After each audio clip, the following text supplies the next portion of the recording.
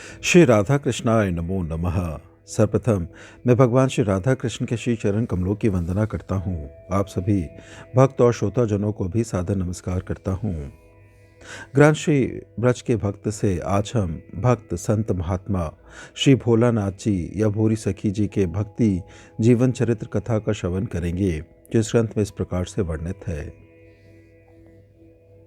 यमुना तट है और संध्या की बेला अस्ताचलगामी सूर्य की अरुणिम किरणें वृंदावन के आकाश पर अपनी लालिमा बिखेरकर यहाँ के अनुराग भरे वातावरण की सूचना दे रही है। पक्षी अपने अपने घोंसलों में जा छिपे हैं। चारों ओर निर्वता छाई हुई है। बीच बीच में सुनाई पड़ रही है किसी की दर्द भरी चीख। कोई दूर से उन झुरमठों में बैठा हा राधे हा करुणामयी कहकर रोदन कर रहा है। कभी वह किसी आंतरिक वेदना से छटपटाता हुआ भूमि पर लुंठित होने लगता है, कभी घुटनों में सिर देकर बैठ जाता है, कभी उत्तरीय से आंसू पोंछने लग जाता है। पर वह जितनी बार आंसू पोंछता है उतनी बार फिर उसका मुख और वक्ष आंसुओं से सराबोर हो जाता है। संध्याकालीन स्नान को आए घाट पर कुछ व्यक्ति हैं। उनका ध्यान उधर नहीं जा रहा है, क्योंकि वे कई वर्षों से बराबर यह दृश्य देखते आ रहे हैं। वह व्यक्ति नित्य वहाँ इसी प्रकार बैठा रोता और तड़फड़ाता दिखता है। रोते तो बहुत से लोगों को देखा गया है।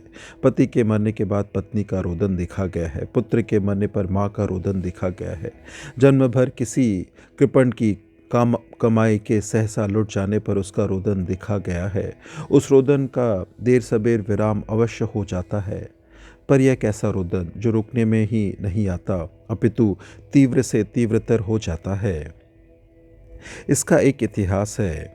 आषाढ़ मास की कृष्ण षष्ठी का आरंभ हुआ। उस दिन मध्य प्रदेश के भेलसा नगर में श्री छेदालाल जी के पुत्र श्री भोलानाथ जी का जन्म हुआ। वे जन्म से भगवत भक्त थे, पर उनकी भक्ति पूर्ण रूप से प्रकाश में आई उनकी किशोर अवस्था में, जब वे गुरु की खोज में घर से निकल पड़े। बहुत खोज करने पर वे नरसिंहपुर जिले के जंगलों में भटकते हुए पाए गए। उन्हें उनके बड़े भाई श्री बैजनाथ जी के पास ले गया। वे कोलारस जिला शिवपुरी में नाजिर थे। बैजनाथ जी ने उन्हें कोलारस के गोपाल जी के मंदिर में सेवाधिकारी पंडित गोपाल जी से राधा वल्लभीय संप्रदाय की दीक्षा दिलवा दी। गुरुजी ने आज्ञा की विवाह करने की। विवश हो उन्हें विवाह करना पड़ा, पर गृहस्थ में भी उनका भजन अबाध गति से चलता रहा। प्रभु अपने भक्त को सभी स्थितियों में उसके भजन में अनुकूलता प्रदान करने की कृपा करते हैं। उन्होंने अध्ययन अध्यापन करते हुए बीए की परीक्षा पास की। छतरपुर नरेश श्री विश्वनाथ सिंह ने उनकी प्रतिभा और भक्ति से प्रभावित हो उन्हें धार्मिक परामर्शदाता के रूप में अपने पास रख लिया। इस रूप में उनका कार्य था केवल स्वाध्याय करना और निर्दिष्ट समय पर राजा साहब के पास जाकर धर्म चर्चा करना।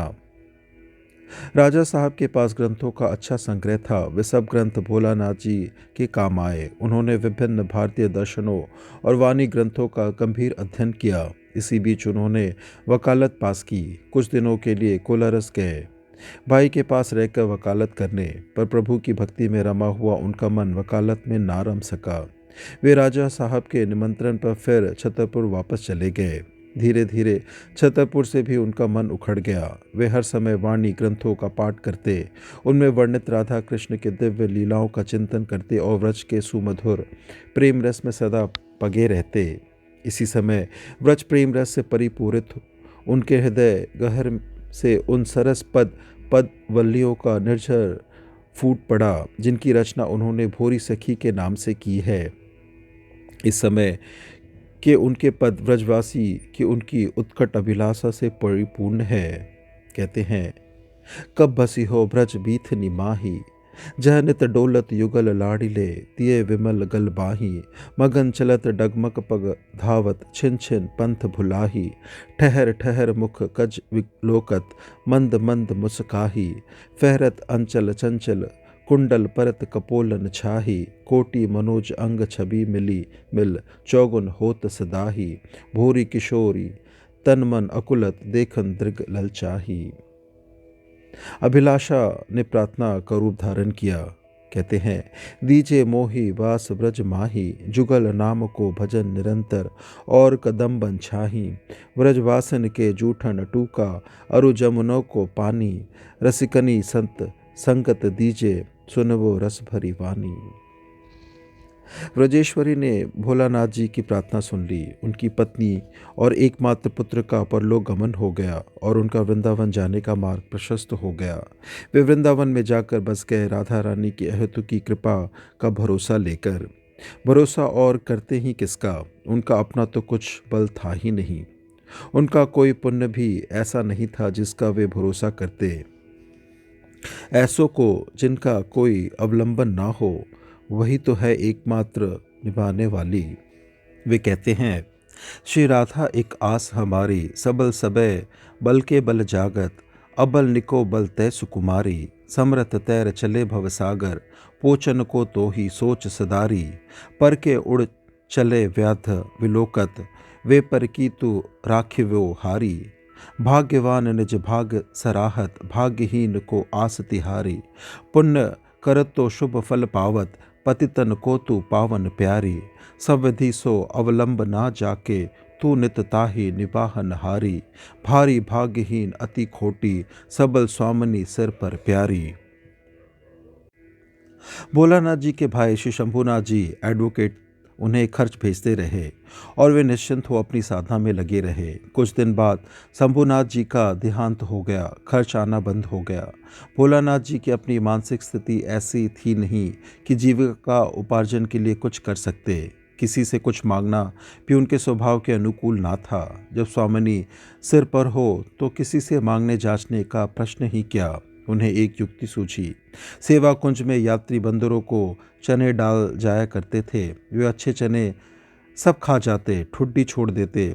उन चनों की ठुड्डी खाकर वे क्षुधा की निवृत्ति करने लगे। भला स्वामिनी कब तक अपने प्यारे भक्त को ठुड्डी खाते देख सकती थी। उन्होंने श्री राधा वल्लभ के मंदिर के सेवायत को स्वप्न देश किया। भोरी सखी सेवा कुंज में चने की ठुड्डी खाकर जी रही है, उसे मेरा प्रसाद नित्य दे दिया करो। स्वामिनी की कृपा से भोरी सखी के प्रसाद की सुंदर व्यवस्था हो गई। उसे बढ़िया से बढ़िया प्रसादी द्रव्य नित्य अरोगने को मिलने लगा। पर भोरी सखी स्वामिनी की इतनी सी कृपा से भुलावे में आने वाली थोड़ी ही थी। इससे तो उसका प्रणय रोष ही बढ़ने लगा। वह लगी उल्टा उल्हाना देने, तुम्हारी इस कृपा से मेरा क्या होना है। तुमने आज तक कभी मुझसे यह भी पूछा कि मैं सचमुच चाहती क्या हूँ, किस लिए गोद पसार कर तुम्हारे द्वार पर खड़ी चिल्ला रही हूँ, मेरी असली दुख क्या है। वे कहते हैं, तुमने आज लो बात न पूछी, को द्वारे चिल्लात न पूछी, जीवन बीत्यो गोद पसारे, कहाँ लो बलचात न पूछी। मैं नित हास भरी कही बे की, हासी कबहू को सलात न पूछी। कोटि उपाय किए पे तुमने, का सोचत दिन रात न पूछी। कैसे कट दिवस निसी तेरे, का दुख सुखत गात न पूछी। भोरी दीन दुखी आरत सो, बेहस हृदय की बात न पूछी। मैंने तो अपनी ओर से सारे नाते तुमसे ही मान रखे हैं, पर तुम भी मुझे अपनी चेरी करके मानती हो, इसमें मुझे संदेह है। सब नातो मैं तुम सो मानत, इतनी कबहू कहो हंसी तुम हो कि नहीं मोही जानत। कबहू मैं गुण बरनत तुम्हरे, कबहू बिनती ठानत, कहो कभू सुधी तुम हो करीती हो, निज चेरी करती मानत। यदि तुम मुझे अपनी मानती हो तो अवश्य मेरी सुधा लेती और पूछती, भोरी तू चाहती क्या है। उलाहना सुनकर भी स्वामिनी चुप रही। उन्होंने कभी कोई पूछताछ नहीं की। भोरी सखी ने सोचा कि शायद वे समझती हो। पूछने पर भोरी न जाने क्या मांग ले, इसलिए मैं स्वयं ही बता दूं मैं क्या चाहती हूँ। उसने कहा, सुनो मैं क्या चाहती हूँ। तुम मिलो या ना मिलो, मिलने की चटपटी रह चाहती हूँ। तुम्हारे ना मिलने का हृदय में दर्द चाहती हूँ, तुम्हारा विरह चाहती हूँ। फिर वे कहते हैं, इतनी बात कृपा करी दीजिए, मिलन चटपटी हिय में लागे, विरह ताप ना छीजे। तुम तो मिलो मिलो ना कृपा करी, मोचित प्रेम सौ भीजे। नैन नीर बहे निसी वासर, हियो कठोर पसीजे। भोरी को अवलंबन ना दूजो, टेरी टेरी के जीचे। कबहू बढ़े विरह दिन दूनो, बिनु भरी नयन माधुरी देखे, सब जग लागे सुनो, मिलबा हसिबो कहिबो सुनबो, चित्त कछु ना सुहावे। सब सो जाई बैठियत न्यारे, बात करत घबरावे, कहत सुनत तैरो नाम किशोरी, उमगी नयन भारी आवे। लीला ललित विचारत जब जब हियरा टूटत जावे, विष सम लगे विषय सुख, तेजो मुक्ति स्वर्ग नाही चाहे। मूंदे नयन पुलक तन पूनी पूनी, ले ले नाम कराहे। भोरी की अभिलाषा इतनी बार बार सोई मांगे, कौन भाग्य सो कुंवर किशोरी, प्रीति हिय में जागे। भोरी सखी बड़ी सयानी थी। वह किशोर किशोरी को नहीं, उनकी प्रीति चाहती थी। वह जानती थी ना कि जिस जिस में उनकी प्रीति होती है उसके वे सर्वथा अधीन रहते हैं। इसलिए ना वे अपनी प्रीति सहसा किसी को नहीं देते, भुक्ति मुक्ति देकर उसे टाल देना चाहते हैं। भोरी सखी पर श्री राधा वल्लभ के प्रसाद की कृपा तो नित्य होती रही, पर इससे न इसके उलाने में कमी आई, न उसके वैराग्य में। वह प्रसाद लेकर नित्य यमुना तट पर चली जाती, प्रणय रोष में सारा प्रसाद यमुना में बहा देती। केवल 2 प्रसादी रोटियां सूखी चबाकर अपनी क्षुधा की निवृत्ति कर लेती, फिर चली जाती उन झुरमुटों में, वहाँ एकांत में बैठी बैठी आंसू बहाया करती। आखिर भोरी के धैर्य का बांध टूट चला। उसने जान लिया कि स्वामिनी उसे सभी प्रकार के पतित जानकर उस पर कृपा नहीं कर रही। तब वह मर जाने का सोचने लगी। वे कहते हैं, अब मोह कुछ ऐसी जान परे, हो जो पतित सब भांति अभागी। स्वामिनी नहीं निज ठरनी ठरे, कांपत दे त्रास हिय भारी। अब ना चित्त छीन धीर धरे, साधन नेम ना ठौर ठिकानो। व्याकुल द्वार पे दीन रटे, कहो कृपा करिके अलबेली। भोरी शट कित जाई मरे। भोरी सखी सयानी होते हुए भी सचमुच भोरी थी। वह नहीं जान रही थी कि स्वामिनी की कृपा उस पर पहले ही भरपूर है। वह जिस प्रीति की प्रार्थना करती थी, जिस विरह वेदना की आकांक्षा करती थी, वह तो उन्होंने उसे दे ही रखी थी। पर इसमें उसका दोष ही क्या था? प्रीति का स्वरूप ऐसा ही होता है। प्रीति जितनी होती है उतना ही उसका अभाव प्रतीत होता है। जितना हृदय उससे भरपूर होता है उतना ही खाली जान पड़ता है। तभी न भक्त भोरी की तरह प्रीति दाता स्वामिनी से सदा शिकायत करता रहता है। वे कहते हैं, देखत देखत दिन सब बीते, तुम अटूट अनुराग की दाता, हम अजहु रीति के रीते। पर जो भी हो, भोरी जब मरने की सोचने लगी, स्वामिनी का हृदय कांप गया। उन्होंने सन्मुख ना आकर पीछे से ऐसा सोचने को से मना किया। तब उसे अवसर मिला ये कहने का, जो पे जीवावो तो ऐसे जीवावो, करुणा धाम कृपाल कृपा निधि, सन्मुख मृदु मुस्कावो। मोहन प्राण जीवन धन सरबस, 100 हृदय समावो। मुदत संहारत कछ मुख छूटे, कर गहे हृदय जुड़ावो। तुम बिन और लखो नहीं काहू, दृग छवि में अटकावो। नित्य नव छवि नव रूप माधुरी, दृग पुट भरी भरी पयावो। भोरी दिन दुखारी श्रीहत, चनन सुबस बसावो।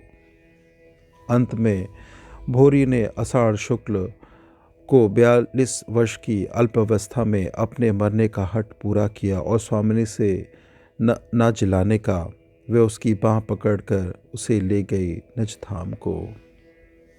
इस प्रकार से ग्रंथ श्री ब्रज के भक्त से संत भक्त महात्मा श्री भोलानाथ जी या भोरी सखी के भक्ति जीवन चरित्र कथा की संपन्नता होती है।